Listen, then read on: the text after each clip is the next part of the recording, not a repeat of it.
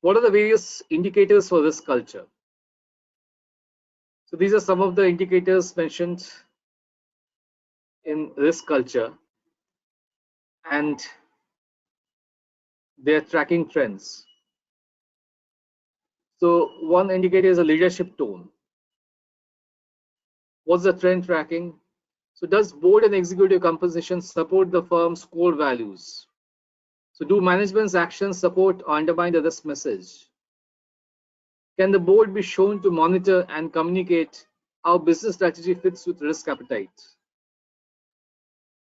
In the first section on the foundations of risk management, we discussed about two important parameters of risk. One is a risk appetite and one is a risk tolerance. So as we know that risk appetite is a total amount of risk which a firm can digest or can take in, whereas risk tolerance is the level of risk which the firm would ideally like to function, which is usually less than the level of the risk appetite. So even if the firm has a larger risk appetite, it might have a lower risk tolerance. So those are typically driven from the top, from the board of directors. So accountability and risk monitoring.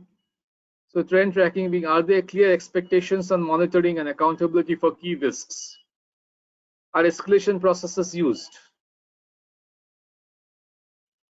The third indicator is openness and effective challenge. So the trend tracking requires is there evidence that opposing views from individuals are valued? So are there regular assessments of openness to dissent? Is risk management given stature? In an indicator called risk aligned compensation, the trend tracking being, are compensation and performance metrics supportive of the firm's risk appetite and desired culture? In the indicator risk appetite knowledge, the trend tracking being, do key staff members know the firm's enterprise risk appetite? So can they answer straightforward questions about its application to business decisions? So the staff essentially needs to also know that what is the enterprise risk appetite. And until unless it percolates down from the board of directors from top-down approach, it is not possible. Other indicator of risk culture is risk literacy, a common language. So how do you track this trend? So do staff use a common language to describe risk and its effects? Are training programs available and attended? So the staff also needs to know what are the risk parameters which the institution or organization is targeting towards. Is it valuation? Is it profitability? Is it funding, cost of funds, or what is it is? There are many other indicators as well as trend tracking. So other indicators include risk information flows. So the trend tracking being that, can the firm see information flowing up and across the firm in a way that captures and highlights enterprise scale risks? And is there a clear link to specific discussions and decisions?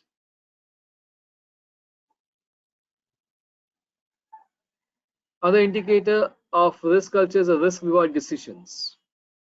The trend tracking being, has the firm tested whether senior executives respond to benchmark risk reward questions consistently with each other and with the firm's risk appetite? Risk stature being another risk culture indicator.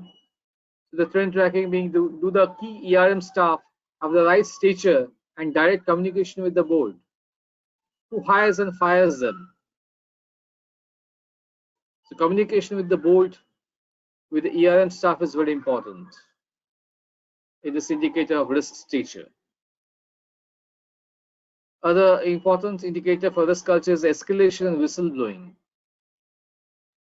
Do key staff members understand when and how they can escalate a suspected enterprise risk? So when were escalation procedures last used? Is there a whistleblowing mechanism and is it used? See, though risk culture is being driven from the top, including the board of directors, but understanding and management of risk is everyone's job in an organization. And hence, whenever an employee or a member or staff of ERM suspects any kind of risk, they need to be escalated or flagged off. So this remains to be seen whether there is any proper escalation procedure, and is there any whistleblowing mechanism. So whistleblowing is essentially means somebody flagging off a particular risk which was till then being not taken care of, or it was not even known. So other indicators are board risk priorities. How much is risk on the priority of the board? So the trend tracking being that can the board name the top 10 enterprise risks faced by the firm? So can it name the key industry disasters associated with these risks? So the board needs to essentially understand that at the fingertips that know that what are the various top 10 risks which the firm is facing. They also need to understand that what has been disasters in the past for those kind of risks. Some of the disasters we'll be seeing in that topics, learning from financial disasters in this section. Other indicator of risk culture being action against risk offenders. If there are any risk offenders which were noted, were there any actions against them? So the trend tracking being has a firm discipline employees who have acted against its risk appetite and ethical stance. So does the staff believe action will be taken even if a risk violation leads to a profit rather than a loss? So one has to understand that what is the motive behind risk management? The motive behind risk management should ideally be, as far as the regulator is concerned, to have adequate capital. As far as the firm's profitability is concerned, it has to be the risk-adjusted profits. So even if a risk violation leads to a profit, still if whether the action has been taken against the risk offender needs to be seen. Because if you are taking more risk, it is quite probable that you will land up or expected to have a much higher profit. But again, expectation of profit is associated with an equal expectation of a loss. So other indicator of risk culture is the risk incident and near miss responses. So the trend tracking being, can the firm show how it has identified culture issues and risk incidents and the measure taken in response.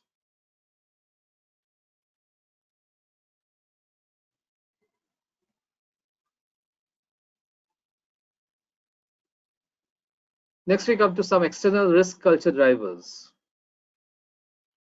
So external drivers, examples of risk culture being as follows: economic cycles, for example, the credit cycle, industry cycle. So industry practices and guidelines, the professional standards, the regulatory standards, the country risk or corruption indices.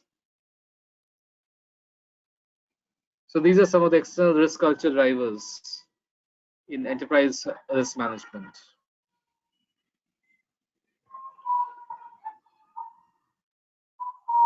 We come across 5 culture clashes in enterprise risk management. Number 1 is a risk indicator or risk lever.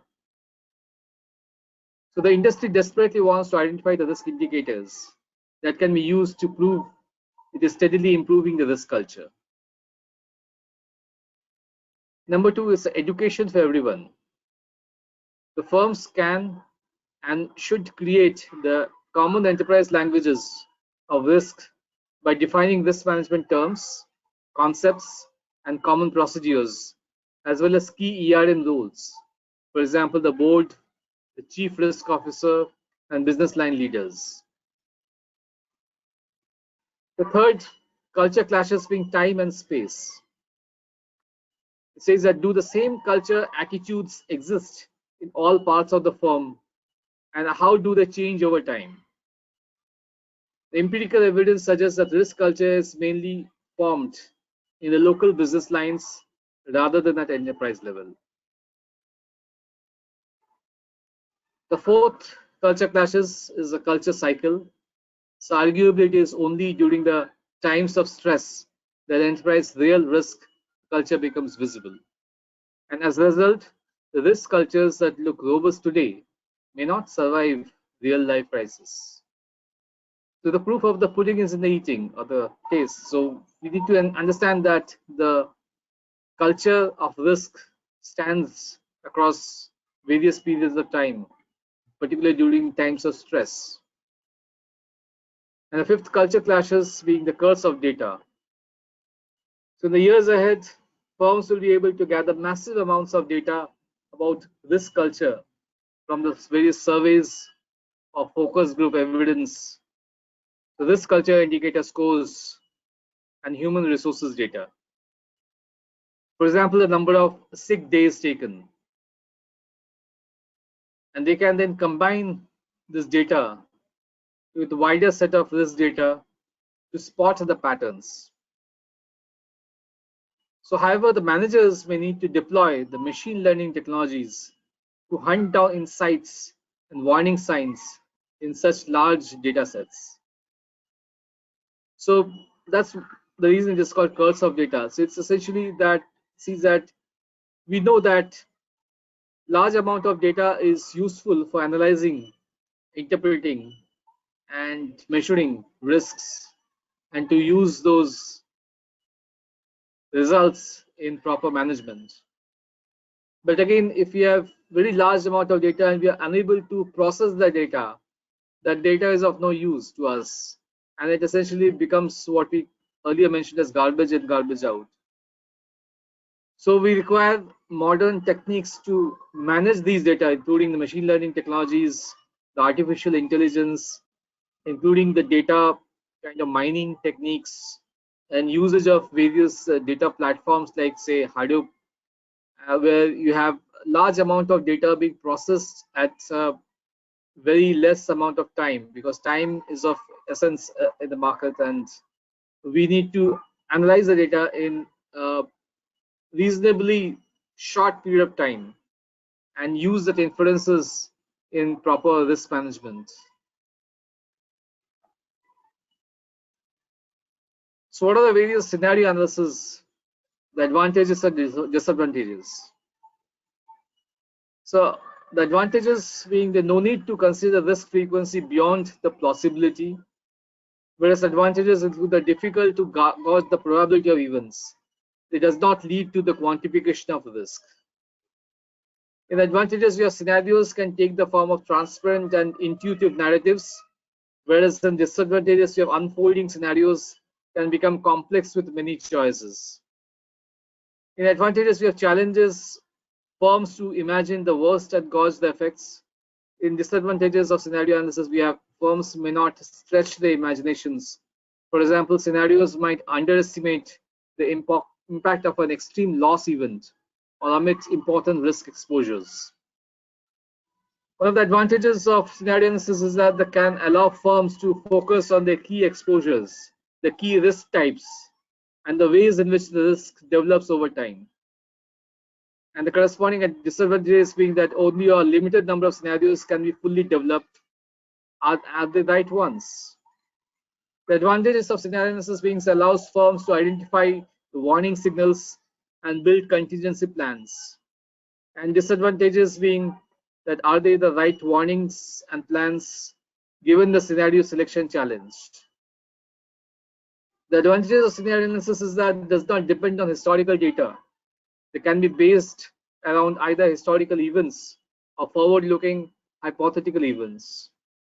Whereas the corresponding disadvantages of scenario analysis is that the scenarios chosen are often prompted by the last major crisis, imaginative future scenarios may be dismissed as improbable.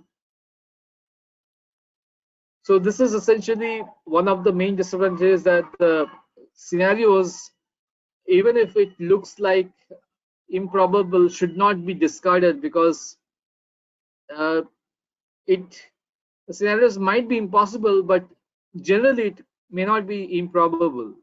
Like we have seen in various crises that the valuations of markets have fallen down by say 50%, and we might feel that that's the maximum kind of fall within a very short period of time, but we never know that the markets can be fallen much more than that 50% which we have seen in the historical past. So as we know that historical past events may not be the main criteria to guide us in the future events. The future events might be much different from what we have seen in the historically past. Like we have seen in this last year, 2020, we have this global pandemic of coronavirus or COVID-19, which is typically considered as a once in a 100 years or century kind of crisis. So we never know that uh, these kind of events might get repeated much more frequently than they were in the past. So firms can make scenario analysis as sophisticated or straightforward as they like outside the regulator defined programs, because regulator only will provide a basic structure and give a guidelines about what kind of scenario analysis to include, and it's up to the institution or the firm or organization to include various scenarios which they can think of, which might be plausible in the future. So scenario analysis vary in terms of quality and sophistication, so their credibility and assumptions can be difficult to assess. Another advantage of scenario analysis is that stress test results can influence the risk appetite, risk limits, and capital adequacy. Whereas the corresponding disadvantages of scenario analysis is the usefulness depends on accuracy, comprehensiveness, and the forward-looking qualities of the firm's stress test program. We list down some of the examples of historical credit scenarios. So some of the historical credit scenarios are 1997, the Asian crisis, mostly the Southeast Asian crisis, where we saw that the uh, foreign exchanges of these South Asian countries, these currencies, they fell dramatically vis-a-vis the US dollar. In 1998, we have the Russian debt moratorium, where again we saw that Russian ruble crashed like a pack of cards.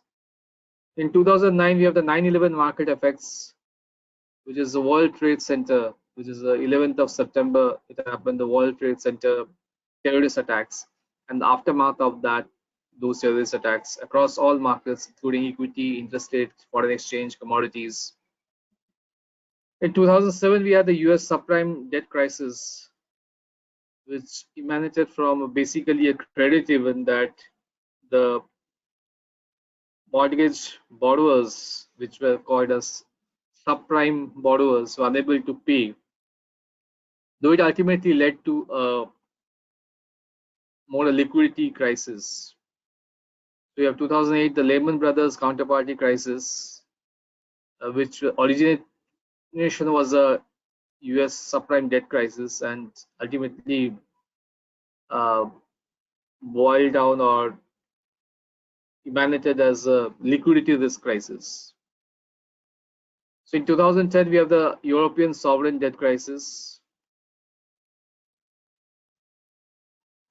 So what are the various scenario analysis before the global financial crisis? So the scenario analysis before the global financial crisis was fairly straightforward. So Federal Reserve's two separate annual stress test exercises are as follows. What was the Dodd-Frank Act stress tests, or DFAST, so which are conducted in the middle of the year for all banks with assets above USD 10 billion, And we have the comprehensive capital analysis and review, CCAR, so which are conducted at the end of the year for banks with assets above USD 50 billion. We have the Federal Reserve generates 3 supervisor devised macroeconomic scenarios so that are differentiated by what they are designed to mimic. One is the baseline, which corresponds to the consensus forecast among major bank economists.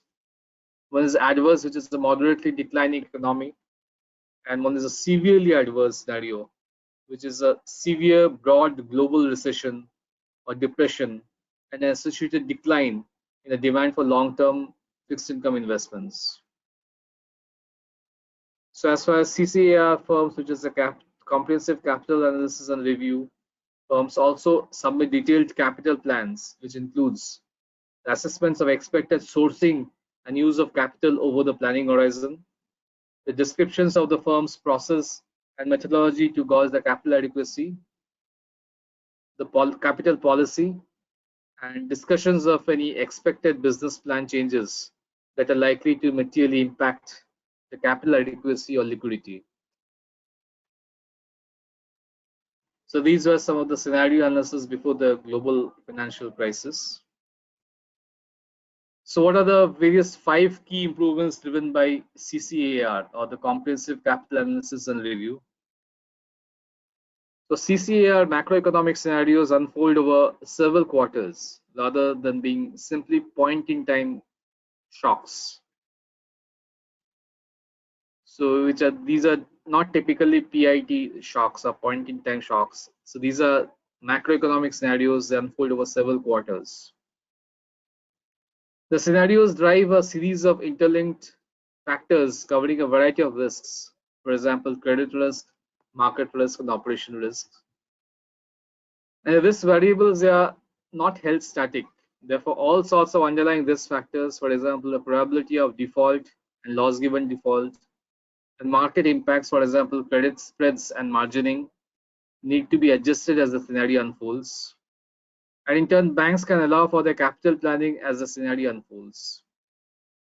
And importantly, imposing a standard set of scenarios on the largest banks allow regulators to see systemic effects and compare the bank risk exposures.